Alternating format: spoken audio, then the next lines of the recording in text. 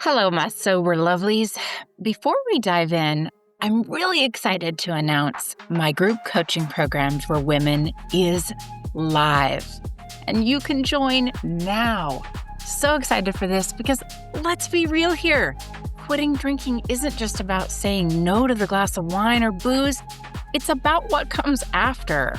All the fear, the boredom, the late night anxiety, and the stories you've been telling yourself for years. And that's where my Rewired Sober group coaching program for women comes in. It's only $247. I'm being totally transparent on the price.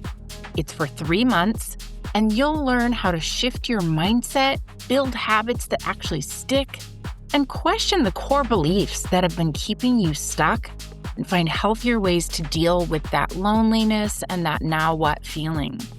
The best part is you don't have to do it alone. We'll have live group coaching sessions weekly, and there'll be a bunch of women walking through it with you. It's not another cookie cutter sobriety program for mommy vloggers. It's neuroscience meets real life, and it's designed for women to help you not just stay sober, but actually feel good living sober. You can join anytime, and I'd love to see you on the inside. So start today, get instant access. The link's in the show notes.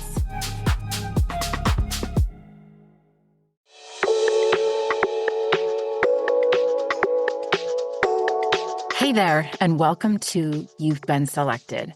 I'm your host, Kate Vitela, and something tells me you didn't just stumble across this podcast by accident. Maybe, just maybe, you've been called here, like selected by the universe for something more. So let's get started.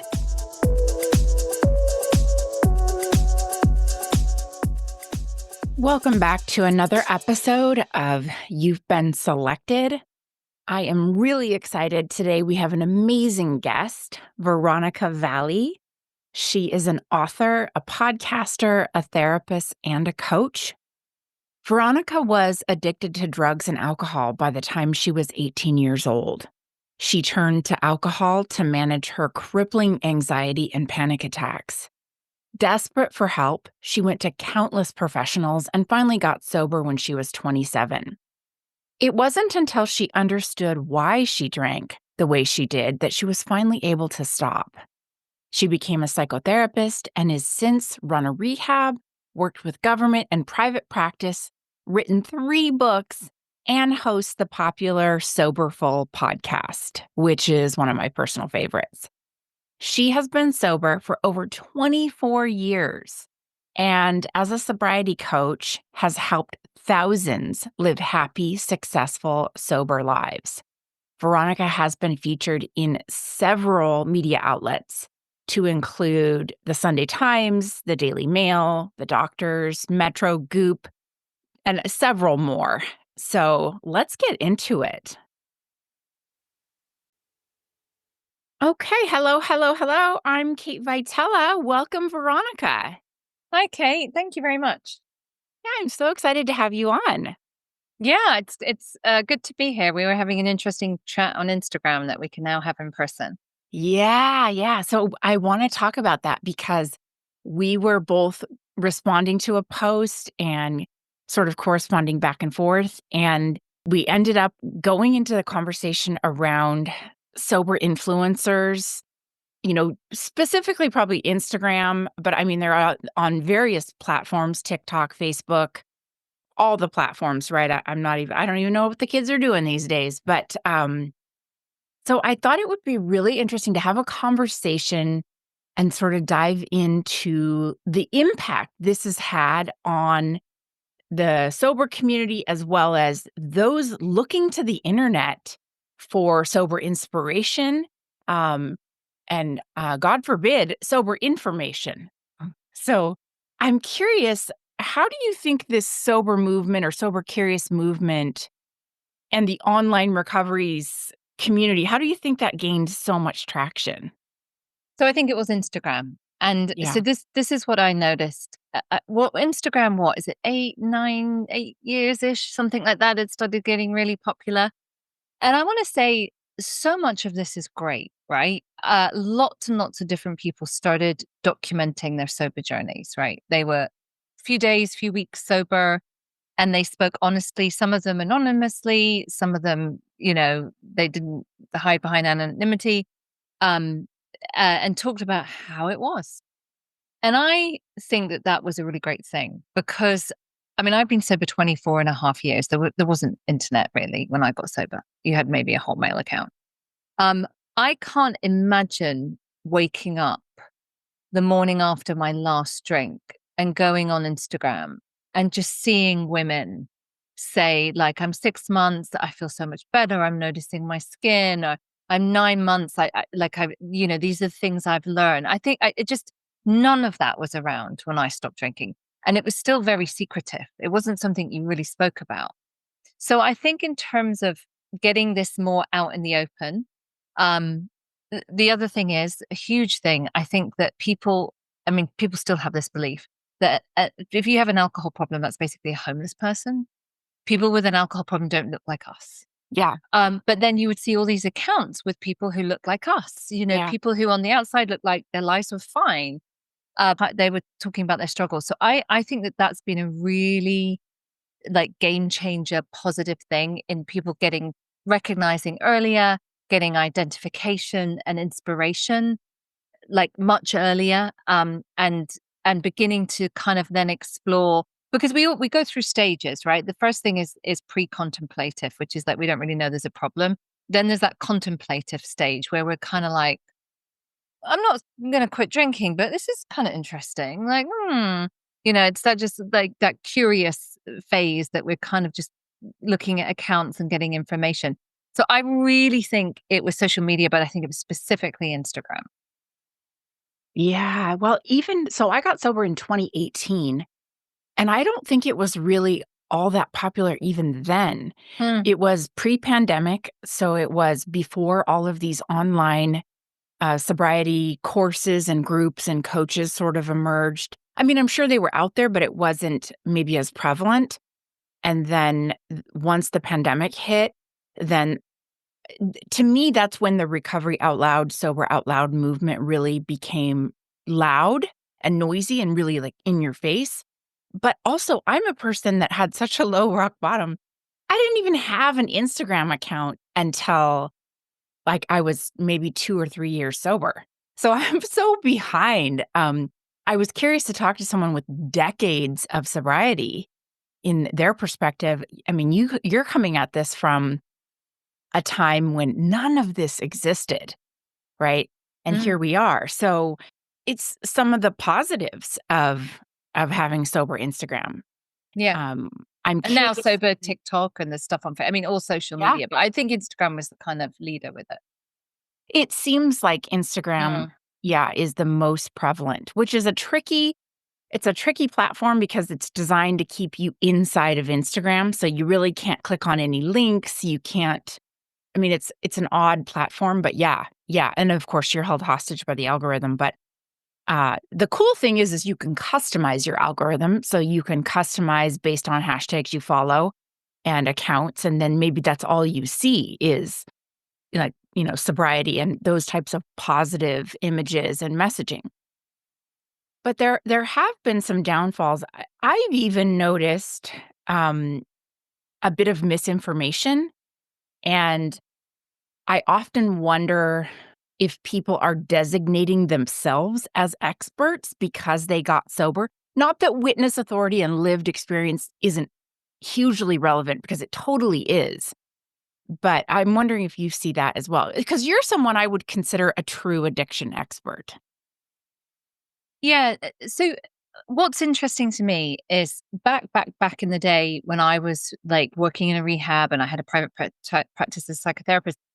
Um, I saw it then, like before the internet was really a thing, in that people get sober. Here's the thing: they get sober and they see business opportunities. Oh. And I've seen that right back in the day when, like, I'd have clients who would leave rehab and they'd see, gosh, I mean, the things I've seen, people starting like digital videos things, sober buddy things, sober transport things, sober travel things, sober rehab things, sober coaching things, like all, and people who kind of had that entrepreneurial mindset or came from a background of perhaps marketing or advertising and could see the potential and were good at marketing and advertising. So I've seen that in the real world for over 20 years.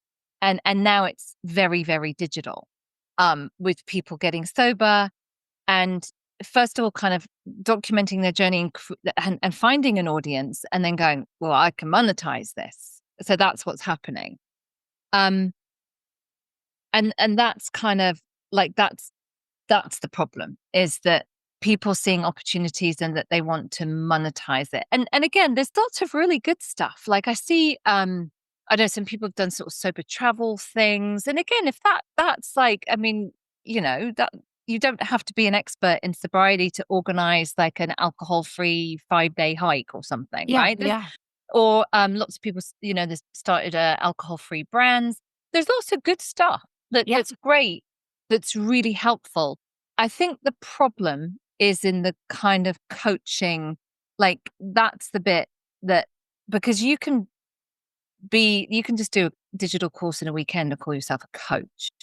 Oh, yeah. So that's the bit that has always been alarming, is that people looking for help to stop drinking, they must have some kind of background, experience, qualifications. Now, I call myself a coach because in the UK, I was accredited with the British Association of Counselling and Psychotherapy, and then my qualifications didn't transfer to the US. And long story short, I'd done a life coaching program, so I was qualified in that. Coaching just suited me so much better. But like all my qualifications are on my website, and I've got extensive. To be a psychotherapist, you have to have hundreds of clinically supervised hours. So Yes. my practice has been clinically supervised, which means every month I had to go and justify my interventions to someone more experienced than me. Why did I do this? Why did I say that? What went right? All that kind of stuff. So I'm going to just lay it out there. What I see is a lot of people offering coaching or mentorship or something, subscription groups, when they haven't had any of those qualifications or experience. And I'll tell you the other thing I see, because this is a pattern right back from when I saw people, 20 years ago, is they don't last.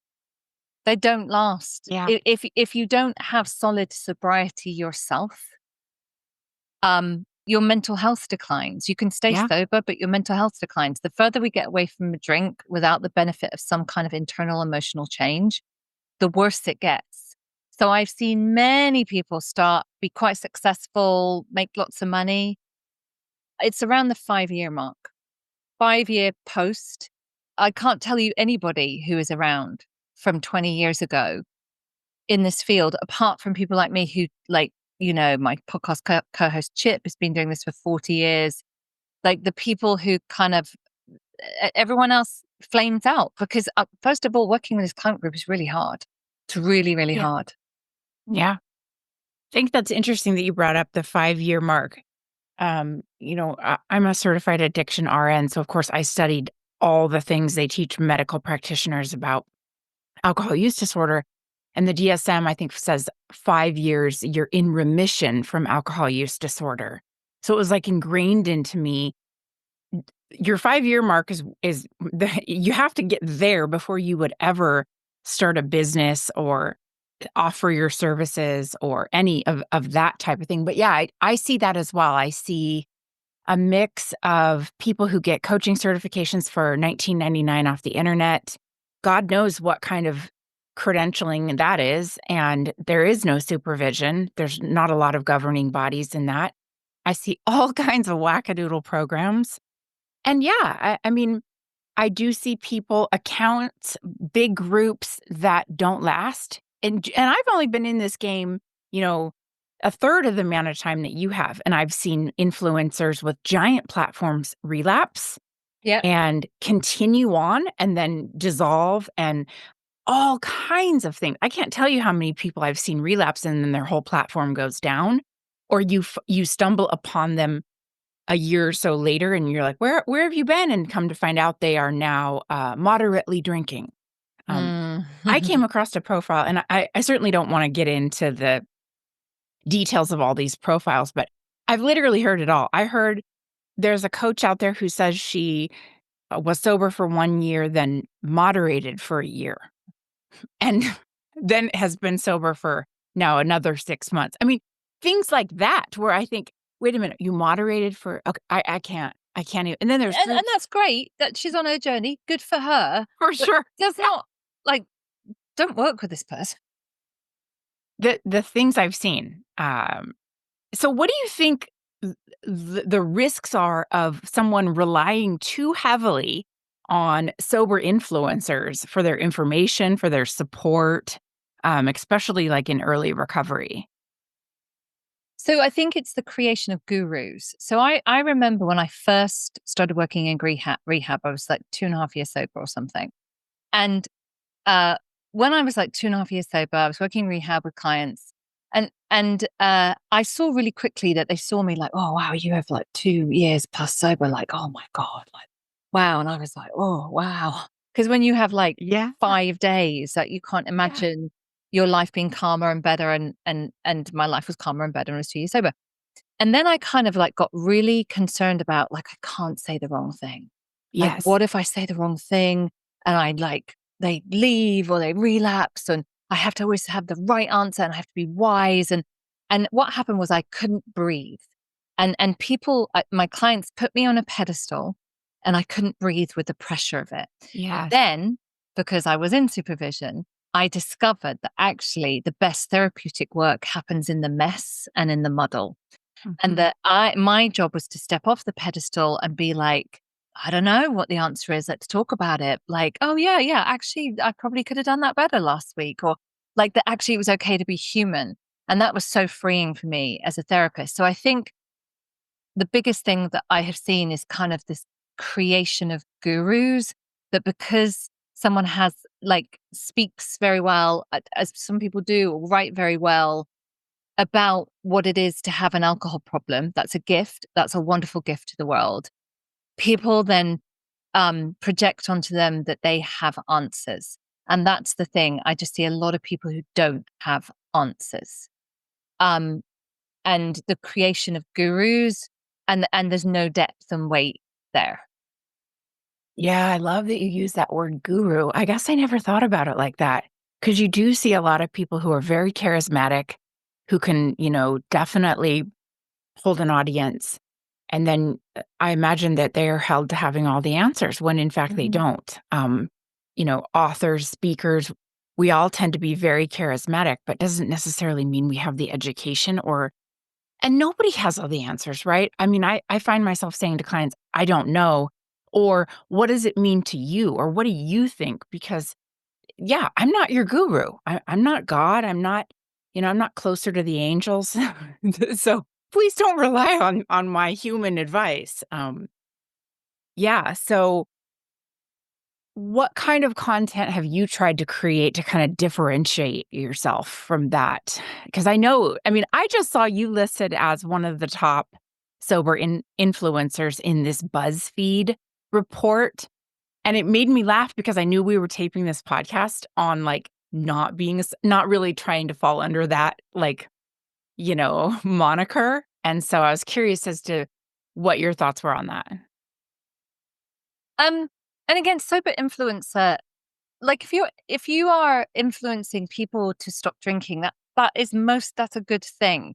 I'm thinking of the just some of the big accounts who've done some really great job. I think it's Millie Gooch in England. She has done Yes. to praise her, she's created all these like sober events. And that was really pivotal to one of my British clients. Like she was fairly young and it was a massive deal for her. And she's really in the thick of it now. She goes to, she has lots of sober friends. Like that's brilliant. Like, so Mhm. I didn't have that when I stopped drinking. There was nothing like that. And I was 27. Like, so I think that it's great. So what do I offer that's different? I just do my thing. And people find me. I hope that they explore, I've got tons of videos, all of that kind of stuff. I've got tons of stuff. I just teach what I know, what I've done for 20 years that I know works. And when people find it, generally they really connect with it. And the thing that I teach is about emotional sobriety. And Yeah. I often have people like say, like, I've never heard this before. Like, no one's ever taught this the way you teach it. Like, I didn't realize this, but it really makes sense. Because I think the danger is, so this is kind of I guess my tagline. Uh, Getting sober is 10% not drinking alcohol and 90% emotional sobriety. And I think a Absolutely. lot of the sober influencing is the 10% not drinking alcohol, which I'm going to tell you is the easy bit. Everyone can do it. Everyone stop drinking. You've all done it for a week, a day, a month. It's staying stopped. That's the Yeah. problem and the work. So the 10% not drinking, like, oh, exercise, gets a replacement, there's lots of random good advice that will help people stop drinking for a little bit. Like it's the getting to the root causes, the emotional stuff. And I think a lot of people think this. I've had this with a lot of my clients. They think that alcohol's the problem. And if they just stop drinking, then they'll be good. Everything's good. Yeah.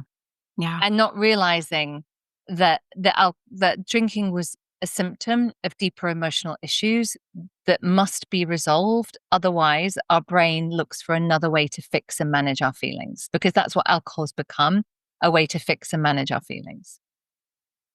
Yeah, I love that you said that.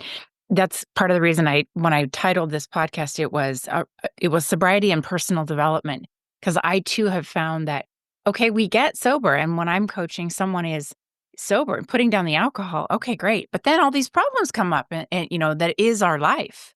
Life gets really lifey and it doesn't fix our problems. It fixes a lot of them, but putting down the drink. But yeah, I love that you mentioned that. So what kind of boundaries do you think would be helpful for people, like, when they're looking through content? I want to say, I think the audience has got smarter. I think people have generally, one of my words that I use a lot is discernment. Yeah. Like, be discerning. So whenever anyone uh, wants to work with me, it's the first thing I ask is, how did you find me? And have you looked at my content? Have you read my books? Have you listened to the podcast? Like, please go and do that. Please go Yes. and do due diligence on me. Listen, read, just see if it resonates. Does it fit? Like, because what I teach is all out there. And they, they have done, and that's usually why they've booked a call with me. Um, like, check people out. You've just got to check people out. Like, you're an RN, right? Yes. Yeah. So I'm not. I don't come from a medical background. I don't like. There's a lot of like. I have just a basic knowledge, which is if you're physically addicted to alcohol, you must seek Yes. go and see a medical provider for a safe detox. It's quite easy, but blah blah blah. That's kind of as much as I do. So you have a bunch of people who maybe they have a co-occurring health issue. Maybe they're diabetic, or maybe they all kinds of things that that I don't, that could be really helpful, that they really need that sort of more in-depth medical knowledge. So I think you have to be really discerning and check people out. And I feel like people have got a bit more wise to that now, that sort of we're in a different phase of social media. Not everyone, but I be discerning and check people out. Look at their background, look at their stuff.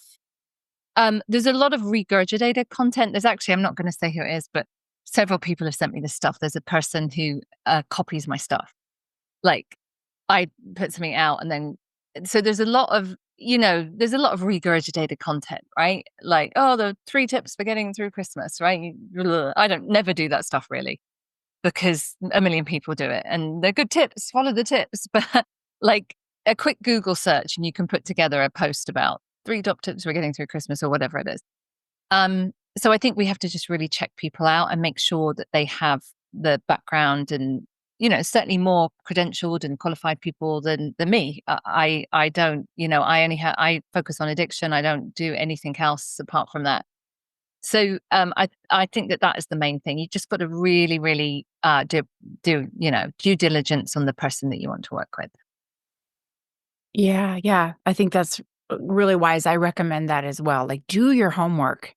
And I tell clients, like, Google me, and know that all my stuff, including my awful history, is all out there. I mean, part of my story is getting in trouble as a nurse who couldn't stop drinking, and that's all, of course, Googleable. But I have such a hard time with the concept of tips and tricks. Whenever I see someone offering that, I'm like, "Oh god." I've even I think I've made a reel that said, like, "You want tips and tricks? Google.com." You know? Like, because it's so much more than that. So the regurgitated content, got it. I have a love-hate relationship with sober social media because it is so much regurgitated content. It's exhausting. Yeah. Yeah. I think as well, we people are in, like, different stages, right? And I think that there's a certain stage where people are like, I don't wanna do something for 6 months or 12. I just like, give me the thing. Just what's the secret word? Where's the switch? I just want that. Give me that. I Yeah. wanna pay $50, $100. I wanna get the, like, so I just don't wanna drink anymore. Like, that's all. That's all I want. I don't wanna think about childhood, thanks. I don't wanna think about anything. I just wanna be normal, and I want you to give me the thing that will just make me normal. Give me that, right? So Mhm. there's lots of people who are in that stage where they're just like, I like, I don't want to do any deeper work on myself, and that's fine. Um, they just want the thing to just make them not drink anymore. Where's that Yeah. magic button? And then I'm good. I mean, I felt like I want, like, give me the magic button so I don't feel the way I feel anymore. Like, what is that? Tell me what to do. I'll do that. And the idea of that being several months and really kind of emotional work and understanding myself and all that kind of stuff, like, I don't think that was attractive to me. I think that what makes us, I mean, this was the case for me, I'm sure it was for you as well, is the only thing that motivated me to really do the work I needed to do was pain. Like, I was in a very, very uncomfortable and painful place, and having Yeah. exhausted all avenues, Yes. I was left with this Yeah, of like I had no having, choice. yeah, I just felt like that I just tried everything, and I just, and I was sober, I didn't wanna drink, but I couldn't imagine feeling the way I felt for the rest of my life. Yeah. And so that was the great motivator. Like, and I think that that is the case for a lot of people, and people dance around that for many years, it's just not quite painful enough. They want the world to change, they don't wanna change, and I think that's human nature. I think that a lot to, it's the same, it's why Ozempic is huge, right? I don't wanna, just give me the thing, just make it Yeah, happen. I don't wanna do the work, I just want the switch. absolutely. Yeah. I love that you mentioned that because that's a big part of it, and I when I work with people, it's like I get to a place where I can tell they haven't fully surrendered to the journey and that I can't take responsibility if people won't fully let go and surrender and embrace recovery. The first time I had someone relapse after coaching them, I too felt so responsible, like, "Oh my gosh, I have to say the perfect thing and do the perfect thing," and, um, no, it's not that. It's an individual thing. I like you, I had pain as a motivator. I had to hit rock bottom. I had to be in a lot of pain.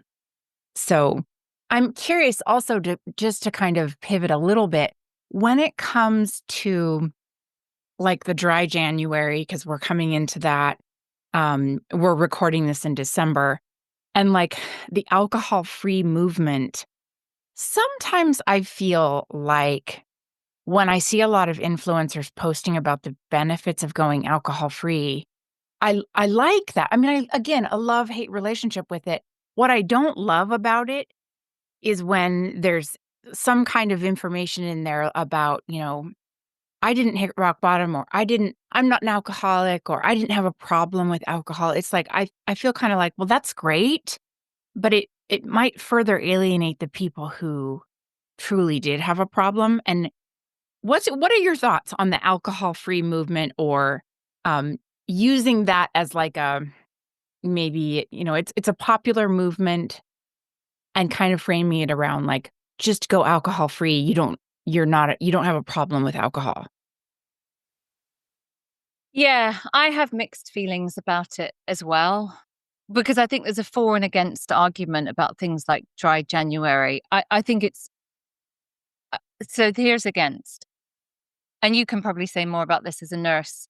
I think that, taking 30 days off, doesn't do diddly squat. Like, Yeah. I think there's a belief that, like, oh, I've just sort of flushed it all out of my system for 30 days. Like I've helped my health. And in the grand scheme of things, it just doesn't make any difference.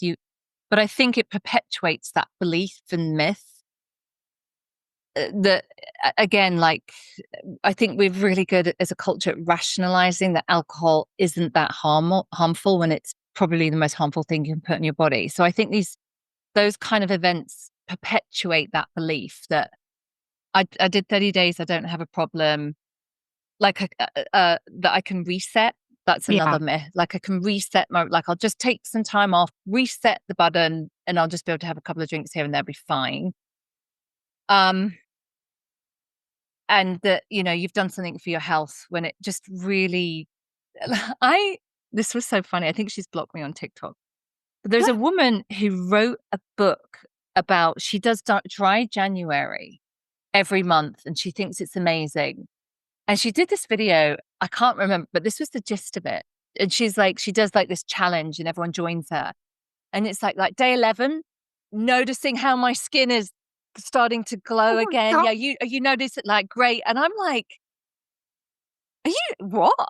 So for 11 months you feel like and look like shit and that's all right? Like, this is I love it. mad. This is madness. Yep. And she had all this like, no, all this research shows dry January is really good for you. And I'm just like, you're just saying your skin is better and your sleep is better. And then in 30 days time, you're going to go back to that Yeah. You're going to go back to the booze for sure. Yeah. crazy town. So but so for those dry January and those kind of things, lots of people have done it. And that's been the lesson they needed, where actually there is no reset. They go back and their drinking is awful in February. And oh, God, I kind of really liked how they felt in January, and they'd like to feel like that all the time. And so for lots of people, it has been the stepping stone to a sober life. So that's where I'm at. But maybe that's the process and the journey. Like, people, that is the process and the journey for pretty much everyone, right? Because we dance around it Yeah. because we believe that alcohol is the best way to have fun, excitement, belonging, connection, to relax and to reward ourselves. We just want to do whatever we can to keep alcohol in our life without the Yes. consequences, because of the faulty perception we have of what it brings. And Yep. and we have to kind of go through that process until we get to, actually, it's just no good in my life in any way. So I'm not against it. I'm not for it. I'm kind of in Yeah. that place. Yeah. Yeah. I see pros and cons to it as well. I have seen people try dry January and then keep going, and good for Yeah, them. seen that. Personally, it would not have worked for me. I would have associated the entire sober journey with the feeling I had for the month of January, which was white knuckling hell and detox. But yeah, I mean, I don't really care either way whether people embrace that or not.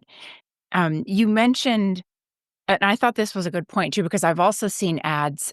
You mentioned that if people are really good at marketing, or if they have that background, then they are able to monetize in certain Hmm. ways. I wanted to elaborate on that a little bit more, because I have some thoughts on that as well.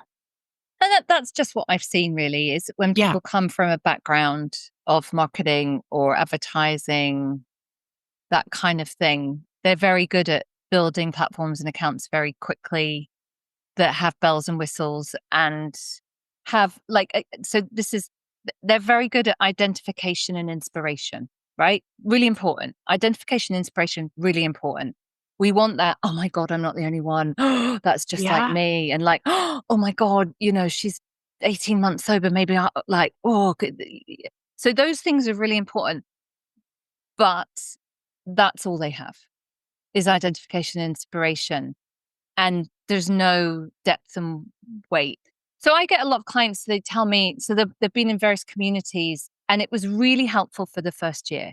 Like, it was helpful to have people on the same journey. They saw a lot of relapse. They saw a lot of the blind leading the blind. And they saw a lot of like newly qualified coaches who didn't have answers, who just sort of had encouragement. And again, there's a place for that, and it's not unhelpful, but that's about 20% of what you need. So I've had a lot of people become my clients who've like, I did this one, I did this one. Like it was really, we had like a texting thing. It was really good. It was really helped. A few people did relapse. This did happen, but I got to know these women and it was just so great. So a lot of that stuff's good, but then it's just lacking solution. Yeah. That's honestly why I wrote my book. I was in various things and I just see people again and again post like, I'm 3 months sober and 6 months sober, but I feel like this. And I'd be like, oh, it's because you don't have good boundaries. Oh, well, that's a resentment. Mhm. That's just your belief system. And I'd write an answer and then I'd just think, oh, I'm just going to put all of this in a book. I'm just going to put like, you need a therapeutic program. You need a program, you need a structure, you need a practice to maintain your mental and emotional health. And it's in here, it's in the book. This is what you need to do instead of like replying to comments randomly on the internet. Yeah, instead of getting sucked in. I love Yeah. that. That's actually not a bad idea. I feel like I've just unfollowed, deleted, muted just because I don't have the bandwidth to digest that much information. And as you know, like once you've been sober for a little while, the last thing you want to see is sober influencers posting about, early recovery because even the content I create is designed for my clients or future clients. It's not designed for my friends and colleagues. My friends and colleagues have decades of recovery. They don't even want to follow me. They don't want to see that stuff. Um, so this has been such a good conversation. And I know we got to close it out here soon, but what would you say to like influencers or people who genuinely do want to help people? Because I believe so many of us do. I don't think that we're going at this with ill intent. But what would you say to those, but maybe they lack the expertise to navigate the complexities of addiction? Yeah, I think it's just about staying in your lane, isn't it? I think like, there's several people who've done a great job in the creating social events or like yoga retreats or things that they're well Yeah. qualified and experienced to do. I think that's fantastic. Um, don't try and do the mental health and emotional work unless you have qualifications and experience and don't work with anyone who can't answer those questions. Yeah. Um, it's as simple as that. It's not, this isn't going to go away, and there's a lot of good stuff. I guess as consumers, people have to be discerning. I mean, I am like if I come across people online all the time, and I found several coaches that I've worked with, and I just check them out. I check Mhm. them out. I don't, and you've just got to do that, I think. Yeah, absolutely. So do you think there's a time frame in terms of how many years you should be sober before you begin coaching? It's interesting because when I got sober and I was less than 2 years and I was applying for jobs because I'd done some education and qualifications. In fact, that's how I got sober. I was in a program to do addiction, and that's how I got sober. And I went for an interview and they said 5 years, and I was like, oh. And then I got a job, and then I did get a job at Focus 12 as an intern, and I kind of went from there. So I can't say 5 years because I was working way before then. I think it's about you know what you're getting, right? Yeah. It I don't know. It's like if I work with someone who's newly qualified, not very experienced, I know what I'm like. That's where my expectations are, as Yeah. opposed to working with someone with 20 years experience. So Yes. I don't think there is a hard and like definitely over a year. Let's say that. Like Huh. if Yeah. someone's less than a year, they don't have anything to give you. I would say 2 years probably um, is a good benchmark. Um, and to manage your expectations, someone who's 2 years sober will will know some things, but that's still limited, right? As opposed to someone who's got 20 years experience or more or whatever. Yeah, and I'm making bug eyes here on camera because at 2 years sober, I thought I knew everything. Me too. I was like I just wanted to scream it from the rooftops. I was like, "Oh, I'm definitely an expert. I freaking know everything." Um, yeah, and I don't think there's a specific number. I'm not the sober police. I don't care what people, Yeah. but again, I think that's a really, really powerful point. You hire a coach that has 2 years of sobriety, you know what you're getting yourself into, and Yeah. I tell my clients, like, the point is for you to outgrow me. If you want to work with me for year after year after year, something's wrong. I mean, because I've had coaches and mentors and people I put on a pedestal that I have certainly outgrown. And Yeah. so, yeah, one, don't put me on a pedestal. I'm certainly not a superhero. And um, yeah, know what you're getting yourself into. Like if you're hiring a coach or you're signing up for some program and the person's been a year sober, well, they are going to have the mindset and the perspective of just the first year.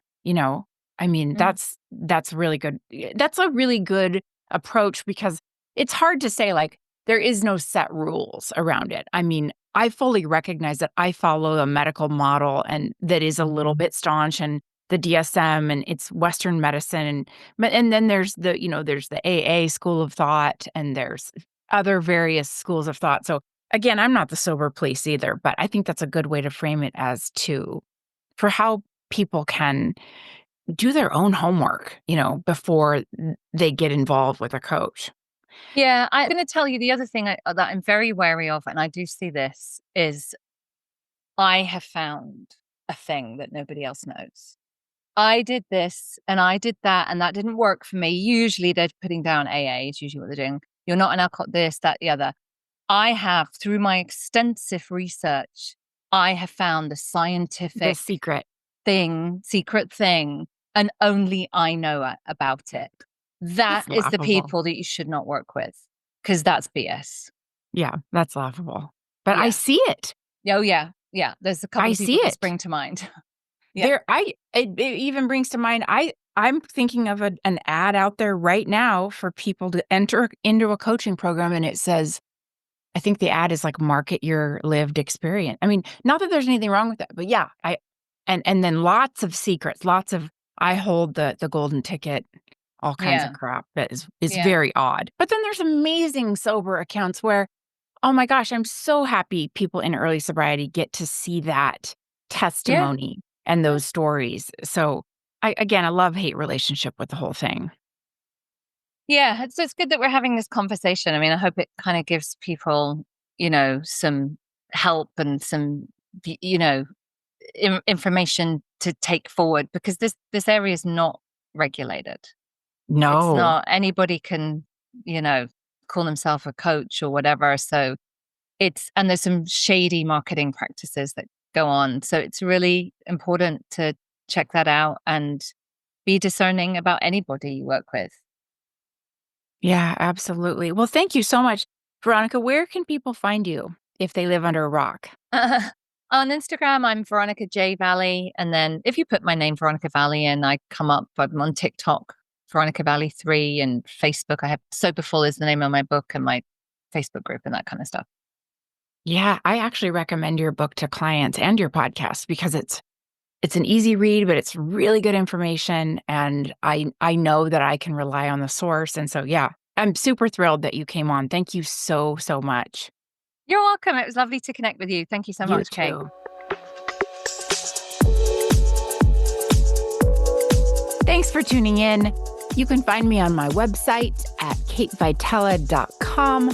You can also connect with me on Instagram at Kate Vitela. I would love to hear from you. Any feedback or questions, shoot me a note. So until next time, peace within and bullshit out.